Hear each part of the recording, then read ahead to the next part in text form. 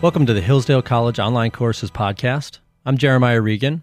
And I'm Juan, and we're back with our course, The American Left, From Liberalism to Despotism. We're on to lecture number 4 today, Civil Rights and Black Power.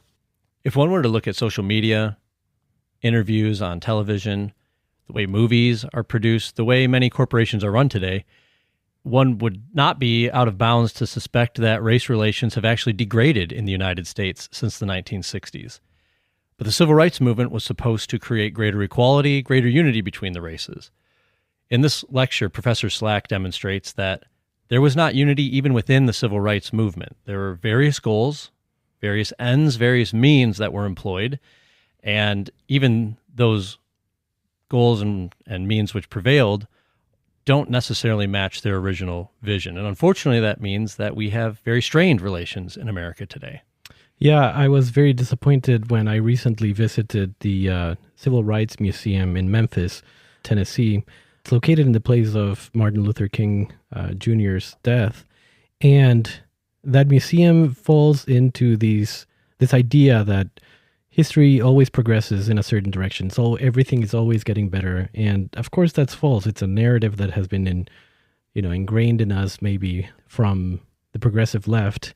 And anybody that has actually looked into any historical period of time understands that things are never like that. There's always a little more nuance. There's different peoples, different factions fighting against each other or arguing with each other, and it's never that clean. And that's what Professor Slack does in this lecture. It presents the civil rights movement as it was at the time and shows that there was 3 different competing views that were trying to make an argument, and they're in many times very different from each other. So I appreciate this lecture a lot because of that. It gives you a good understanding of what actually happened during the Black Power movement of the 1960s. In this course, we're learning what has happened to our country since the 1960s. For more on this topic, I recommend taking Victor Davis Hanson's course, American Citizenship and Its Decline, which covers similar themes, but specifically focuses on what American citizenship meant at the time of the founding, in subsequent history, and how that has changed today. You can view that course at hillsdale.edu/course. That's hillsdale.edu/course. Now we'll turn to Professor Kevin Slack with Lecture 4 of The American Left, From Liberalism to Despotism. Lecture 4 is entitled Civil Rights and Black Power.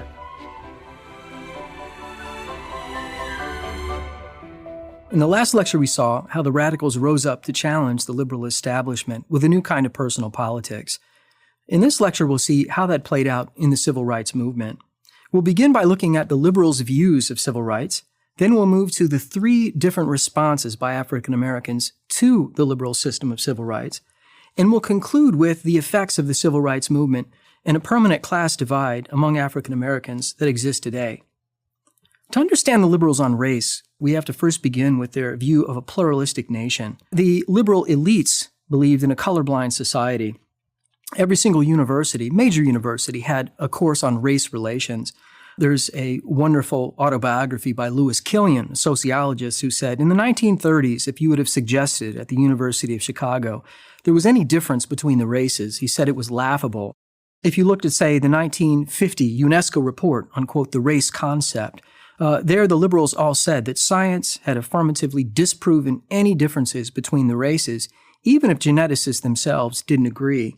So the liberal view was that culture itself was irrelevant, that all human beings were the same, and that liberal expertise would guide us to a colorblind society and a balance between different races, ethnicities, and religions and classes. However, in their actual policies, the general liberal application was that we need to keep these different groups separated so they won't fight. There were many race riots. If you look at the post-World War I period and what was called the Great Migrations, about 6 million African Americans moved north to urban cities to take jobs in World War I and in World War II. In the Great Migrations, blacks moved into large urban cities that were filled with white ethnics in their own enclaves, Polish, Irish, Italian, German, who sought to preserve their own Catholic traditions, their own ways of life. And so the liberals had a policy of balancing these different groups. The Newark Housing Authority would use federal monies to create, quote, 2 Irish, 1 Negro, 2 Italian, and 2 Jewish projects. The policies we look at today is simply a matter of racial discrimination through banks and home loan applications, redlining, blockbusting, steering. These were ways that liberals kept different classes and races apart so they can avoid some of the racial tensions that occurred in Chicago in 1919. We're very familiar today with the 1921 Tulsa riots. This is where whites burned down about 35 square blocks of Tulsa, including Black Wall Street. But the way that this is described, we're often not given the full history, which is the blacks had a thriving community in that city and got the best of 2 exchanges with whites before the full-on riot. So the liberals wanted to achieve a colorblind society, but would do so very gradually in a piecemeal fashion. They adopted a contradictory position of affirmative action. What that meant is that they wanted a kind of race preference to advance blacks towards equality on the one hand. On the other hand, they firmly opposed racial quotas. The Supreme Court opposed racial quotas, the NAACP opposed racial quotas, as did all of the leading liberals. The liberals introduced affirmative action policies during the New Deal and during World War II. The Public Works Administration, the TVA, the Housing Authority, and the Fair Employment Practices Commission were examples of these. When A. Philip Randolph threatened to march on Washington to argue for more black jobs to support the war effort, FDR issued an executive order creating the Fair Employment Practices Commission. This was a typical liberal move. It was a commission with an expertise on race relations that would not have a mandate to demand diversity within different corporations. Rather, its point was publicity. It could shame corporations into hiring more minorities with the threat of canceling a government military contract. When the FEPC was disbanded after World War II, states introduced their own FEPCs. New York introduced the State Commission Against Discrimination. 25 states followed suit. What these were commissions where one could report discrimination in hiring. The commission would then hold a hearing, and if they thought that there was disparate treatment, not disparate impact, but an actual instance of racial discrimination, then they had a moral suasion. They could pressure the company into some kind of affirmative action policy, and if need be, could report to the Attorney General to take legal action. But the whole point was to avoid any kind of legal mandate for quotas or racial diversity. Brown v. Board of Education is another good example of this middle-of-the-road policy. Brown v. Board did not mandate colorblind policies. Rather, Brown suggested that the group was more important than individual injunctive relief, but it wanted to put a mandate on the progress of the racial group. And so through different court injunctions, different school districts could integrate at different levels or were ordered to do so. Blacks in the 1950s made vast economic and social gains, and so they saw incredible improvement. From 1940 to 1960, blacks living in poverty fell from 87% to 47%. They started off, again, very low in the socioeconomic ladder, but climbed up very quickly. They made gains in labor unions. Blacks moved to cities like Chicago, where they took jobs in industry. In Chicago, the black population rose 77% in the 1940s, 65% in the 1950s, from 278 to 813,000 residents. 20 to 30% of the workers in Detroit's automobile factories were African American, some 60% at the Dodge Assembly plant. Non-white median income rose faster than whites. It quadrupled from 1939 to 1951. Businesses appealed to an estimated $15 billion worth of the Negro market. After the 1957 recession, where black unemployment was twice that of whites, some liberals began to talk about benign or benevolent quotas, some kind of an affirmative action policy, but it was staunchly resisted. Rather, the argument was more affirming programs for African Americans.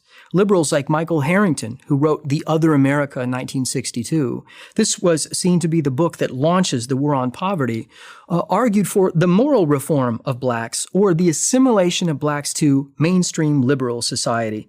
He argued for blacks attaining the moral virtues of white middle-class America: hard work, frugality, sexual restraint. He attacked the, quote, culture of poverty He argued that liberals should reform housing, education, medical care, and restore the black family. In the early 60s, illegitimacy was something like 21%. In the 1964 Civil Rights Act, this was the pinnacle of the liberal policy of colorblindness. The act itself barred any kind of diversity hiring or racial preference as a form of reverse discrimination. 68% of whites approved of the 64 Civil Rights Act, which was seen by all whites in the North, Democrat and Republican, as a way of punishing the segregation in the South. And they would achieve this by doing away with segregation without paying a price of reverse racism. Now we look at the three different responses by African Americans to white liberal society. There are three different groups, as best as I can tell. The first we'll call the black bourgeois. African Americans were very different in different parts of the country. As blacks moved north to take jobs in industry, they were often dislocated. The black family began to fragment and fall apart. There were changes in the kinds of religions and rites that they practiced. And so there were regional differences between the North and the South, a place where Martin Luther King Jr. comes from. As blacks moved into the middle class, or the black bourgeois, they did what any lower class group does. They imitated the upper middle class. This meant that blacks used Congolese, a strong chemical agent, to relax their hair so they could comb their hair like whites. It meant that blacks stratified into different churches, upper middle class churches, lower middle class churches. The lower middle class blacks went to storefront churches where there were charismatic leaders who would engage in more Pentecostal ceremonies with more raucous music, as opposed to the more sedate forms that you would find in upper-class black society. Black millionaires first come on the scene in the late 19th century, and so there had been class stratification that was often connected to skin color for about 50, 60 years. The largest denomination, religious denomination among African Americans was the National Baptist Convention. It had 6.4 million members. And blacks in 1966 favored integration. Of course, they supported Brown v. Board and the Civil Rights Act. But they also rejected Malcolm X. They rejected black nationalism and the kind of violence that they saw in the riots in Watts and other cities. Joseph H. Jackson, who represented the black bourgeois, was involved in a kind of struggle with Martin Luther King Jr. While he wasn't the leader, he was a member of the faction within the National Baptist Convention. Joseph H. Jackson, while he supported the Montgomery bus boycott, the boycott in Baton Rouge, he disagreed with MLK on the tactics that should be applied by the National Baptist Convention. He argued for civil obedience, not civil disobedience. He wanted legal change. The way to understand this is that Jackson was part of, one could argue, Mayor Richard Daley's Chicago machine. It was estimated that this Democratic machine had access to some 60,000 jobs. And the way that blacks had taken power in this machine was to compromise with the Democratic Party. And each of the different groups would receive different favors from the administration. Joseph H. Jackson lists these in his book, Unholy Shadows in Freedom's Holy Light. He was not alone. There were the Silent Six aldermen, these were black aldermen in Chicago, who agreed with the basic segregation policy in the city of Chicago to keep the different ethnicities and races isolated in their own enclaves. Joseph H. Jackson argued in favor of racial preference and against racial prejudice. Racial preference, he argued, was the natural affinity that different groups have for their own kind. Prejudice meant legal discrimination based on those racial differences. He argued that progressive blacks like Martin Luther King Jr. wanted to ally with white elites because they wanted to be around whites instead of helping to improve their own people and the economic situation of blacks in cities like Chicago. And so Joseph H. Jackson argued for the promotion of blacks economically and socially within the Democratic Party machine, as opposed to some kind of a broader interracial movement that Martin Luther King Jr. was crusading for. Martin Luther King Jr. would forward the idea of the beloved community. This was a covenant with God that all human beings were God's children. He rejected this distinction based upon race, that one would naturally prefer someone of his or her own skin color. And he prophesied a spiritual unity with whites. What's key here is he didn't just mean an individual transcendence of race in the form of friendship or interracial marriage. What he meant is that human beings would no longer distinguish one another on the basis of race. And this became a kind of religion. Martin Luther King Jr., in this sense, was a prophet. He praised the Declaration of Independence, but he faulted the country for failing to achieve this, quote, higher law, which then justified a civil disobedience. Desegregation was insufficient, said King. Rather, he argued for public and private affirmative action. That would mean full employment, economic redistribution. Along with Whitney Young, Martin Luther King Jr. forwarded the idea of a $50 billion Marshall Plan for blacks that would raise up blacks in their socioeconomic status in society. Here's a quote from Whitney Young. Quote, "I hope that we will be able to create the kind of society wherein people will have to apologize for sameness, for an all-white school or neighborhood or church, because this would be an indication of their immaturity, their lack of sophistication," end quote. This led to a schism between, we call the black bourgeois, and the King faction within the National Baptist Convention. At the 1960 meeting, the King faction decided to engage in a sit-in to protest the continuing presidency of Joseph H. Jackson.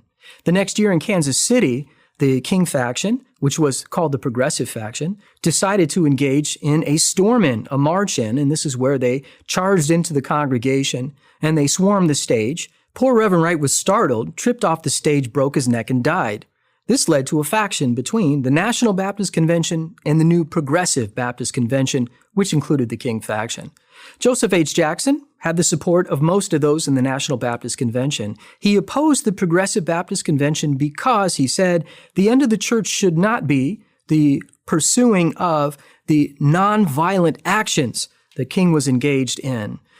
Joseph H. Jackson argued that nonviolence was actually violence. For example, he looked to the instigation in southern cities where the violent response of the police would bring out cameras. He very much opposed Martin Luther King Jr.'s encouraging of school children to leave school to participate in these marches.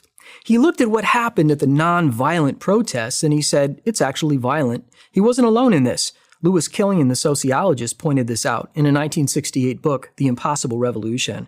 There he noted that supposedly nonviolent protests often led to students or to young people moving into stores, sitting in the aisles, knocking food or groceries off the counter, and intimidating the boss and employees until they got what they wanted. This nonviolent militant action undermined respect for the law and the democratic negotiation by which blacks could rise in American society. When King traveled north in 1966 so that he could lead marches in the city of Chicago, Joseph H. Jackson helped to squash those rallies. There was a Soldier Field rally that was supposed to draw 100,000. Jackson worked with other blacks in Chicago and Richard Daley to try to reduce that, and successfully, to 20,000. The third position, the response to liberal civil rights, was black power. Martin Luther King Jr. found himself outflanked to the left by young black leaders in the Student Nonviolent Coordinating Committee and young leaders like Stokely Carmichael, who advocated a radical and a violent response to white racism. And there was a contest over who would lead the black underclass in these urban areas. Robert F. Williams in 1962 wrote a book called Negroes with Guns. He had actually secured a charter from the National Rifle Association so that blacks could carry guns and resist any violence or threats or intimidation by whites in Monroe, North Carolina. This would inspire the Black Panthers, those like Huey Newton, who wanted to apply the same tactics in Oakland and Los Angeles.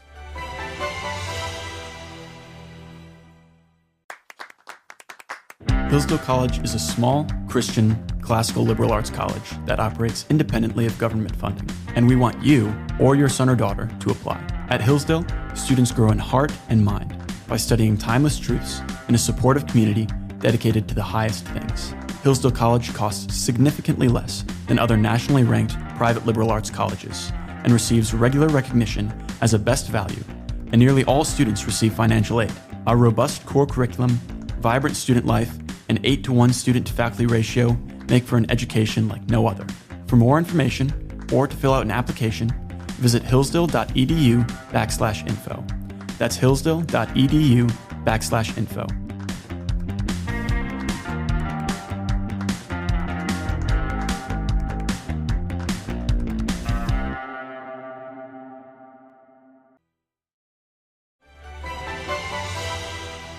Malcolm X is also known as one of the leaders of black nationalism. He attacked King He said that King was a white liberal in Uncle Tom, someone who betrayed his own people by getting blacks to assimilate to white society. Another presence for radicalism was the black sociologist E. Franklin Frazier, who wrote a whole book on the black bourgeois. He argued that the black middle class was neurotic in its desire to assimilate to white liberal society, but he said that the white liberal society was a soulless image to assimilate to. Rather, they were a more inferior version of what human beings ought to behave like. Instead, said Frazier, blacks should turn to African intellectuals, those like Frantz Fanon. He was an Algerian revolutionary who opposed French colonial rule. He argued for liberation from the colonial systematized oppression that didn't just occur in Algeria, but that was occurring in American ghettos all across the country. Those like Frantz Fanon were the, quote, patron saint of many of the black nationalists like Stokely Carmichael. SNCC, that was the Student Nonviolent Coordinating Commission, argued that, quote, the bourgeois Negro is force-fed the white man's propaganda, and, quote, he cannot think for himself. There was an all-out assault on the black middle class as being inauthentic. Frantz Fanon was, according to Carmichael, his, quote, patron saint. Carmichael had gone to the Bronx High School of Science, and there he had experienced what it was like to be the lone black in an intellectual setting with a bunch of white liberals who wanted to collect black friends. And there he knew that he didn't fit in, and he adopted an identity politics in opposition to Martin Luther King and a very aggressive and violent rhetoric. And if you read Carmichael's speeches, you see all of the major tenets of identity politics as we understand them today.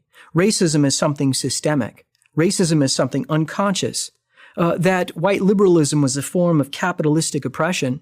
The solution for it was consciousness raising among blacks, where blacks would understand that they should unite in solidarity against a white imperialist monster. Whites themselves, if they were liberal, were the enemies. However, radical whites could unify in allyship. They could not be black, but they could ally with blacks to pursue and help blacks resist this oppressive tyranny. And so all of the phrases we're familiar with today, becoming consciousness or woke of oppression, the elevation of different racial groups so that they could negotiate on a playing field of as equals, as equal powers, as opposed to a kind of liberal welfare that LBJ and the Great Society initiated to keep blacks mired in dependency. So given this opposition between the black bourgeois and black nationalism, Martin Luther King Jr. begins to tack to the left. He opposed Lyndon Johnson, whom he had allied with throughout the early 60s. He called Vietnam a racist war. He said that the riots would continue unless the U.S. government listened to his pleas for a Marshall Plan for blacks. According to MLK, quote, a riot is the language of the unheard. So in other words, King's position was, I don't endorse the rioting, the looting, but if you don't listen to my economic advice, they will continue and you have been forewarned.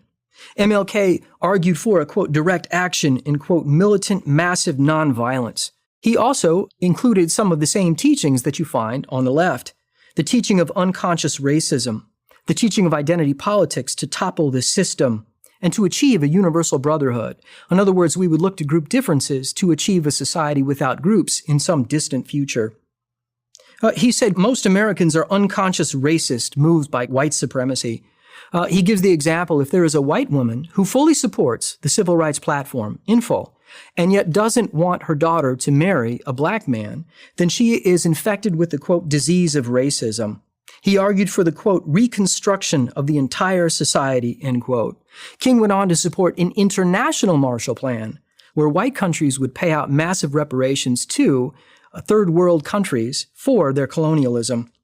Martin Luther King Jr. then, by the end, by his assassination in 1968, and his reputation and his popularity was flagging all through 1967 and 1968, shared much in common with James Cone's Black Theology of Liberation. James Cone wanted to reinterpret Christianity in terms of systemic racism. It was a new religion of anti-racism, in which Christianity meant the fight against oppression. Blacks were the chosen people of God, and according to Cone, salvation would be achieved in, quote, destruction of whiteness, which is the source of human misery in the world. Whiteness being a system of oppression that whites themselves must ally against. And blacks were plagued by original sin insofar as they rejected their own identity. And so what happens in this move to the left on the part of King is he's able to convince many Americans, he's able to provide a new kind of anti-racist religion to many whites. Black elites then adopted the white elite's ethic of authenticity in a radical chic of race solidarity. This was a secular therapeutic substitute for Christian community that traveled back from north to south. And so elites rejected the middle-class sexual restraint. The argument was made. One of them, Robert Gilman, he writes an essay, a review essay, in the Negro American Literature Forum in 1969 about how blacks don't have the same morals as whites and therefore ought not to be measured by them. Black elites and youth postured as revolutionaries. They wore afros, berets, leather jackets. King himself was a transition to this. It was not just that he had the 40-plus extramarital affairs. If you look at many of the white leaders, JFK, who virtually had a harem of imported high schoolers and other young women that he slept with, coerced into performing sexual acts, that's not what's distinctive about Martin Luther King Jr. Rather, it is his justification of the extramarital affairs and some of the odd relations that he formed that often hurt the civil rights movement. King had argued that this form of sexual revolution would achieve a society without repression. He called sexual affairs a form of, quote, anxiety reduction. Quote, every now and then you'll be unfaithful to those that you should be faithful to. King had multiple orgies with black ministers. In 1964, according to the FBI report, quote, when one of the women protested that she did not approve of unnatural sex acts, the Baptist minister immediately and forcibly raped her. King looked on, laughed, and offered advice, end quote. Before he received the Nobel Peace Prize, quote, King's group was running naked, drunk white prostitutes up and down the halls of the hotel, end quote. And so King participated in a transition in the adoption of this notion of authenticity into two different classes in black society that became evident by the end of the 1970s. William Julius Wilson was a black sociologist. He wrote a book in 1978 called The Declining Significance of Race. His argument is that there were tremendous gains that had been made by blacks, and we'll see some of the institutional changes in a future lecture, but that the cost was high. It was a permanent lower class among blacks. What are some of the gains? Let me read them to you. College attendance had increased from 234,000 in 1963 to 1.1 million in 1977. It was the same as whites by 1980. Unemployment had decreased from 9.8% in 1965 to 3.8% in 1969. Blacks in poverty fell from 55% in 1959 to 34% in 1970. Black income had increased 109% in the 1960s, whereas for whites in the same period, it increased only 69%. The earnings of blacks increased to 48% of whites by 1960, 61% by 1970, and for blacks outside the South with two-parent homes to 88% of white income. However, the cost that was paid was a black underclass mired in dependency. Illegitimacy among African Americans was 21.6% in 1960. By 1985, it was 61.4%. Female-headed families increased from 24.4% to 56.7%. Poor blacks had a 40% dropout rate, committed 40% of all murders, with 40% of their children on public assistance. And so the tremendous gains that had been made in the 1960s came at a tremendous cost, and that is 20 to 30% of all blacks in this mired state of dependency. Thank you for listening to this episode of the Hillsdale College Online Courses podcast. If you want to continue learning about the history of the American left or other topics, please visit hillsdale.edu/course. There you will find 40 free online courses, including Constitution 101, The Real American Founding, American Citizenship and Its Decline with Victor Davis Hanson, and many more. The courses include additional readings, study guides, fully produced videos, and you can chat with your fellow students on a dedicated forum. Upon completing a course, you will also get a certificate of completion. All our courses are free because we believe that these subjects will help you in your pursuit for virtue and happiness, and because a virtuous citizen is the best defense for liberty. So pursue the education necessary for happiness and freedom at hillsdale.edu/course today. That's hillsdale.edu/course. Thanks for listening.